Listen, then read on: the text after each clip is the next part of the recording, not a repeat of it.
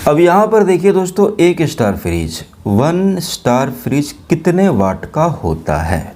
दोस्तों वीडियो को लाइक और चैनल को सब्सक्राइब ज़रूर कीजिएगा, क्योंकि यहाँ पर आप लोगों को काम की जानकारी मिलती है। दोस्तों 1 स्टार जो फ्रिज होता है, सबसे पहले आपको मैं इसका यूनिट पर ईयर बता देता हूँ कि कितनी बिजली खपत होती है। यूनिट्स पर ईयर, कितना यूनिट बिजली खाता है। तो 1 स्टार फ्रिज एक साल में लगभग 300 से 350 यूनिट बिजली की खपत होगी इसमें। पर मंथ के हिसाब से आप मान के चलिए 25 से 28 30 तक मान के चलिए यूनिट। और कितने वाट का होता है, तो ये रनिंग वाट की बात करें तो रनिंग वाट आपका 100 से 140 वाट का होता है।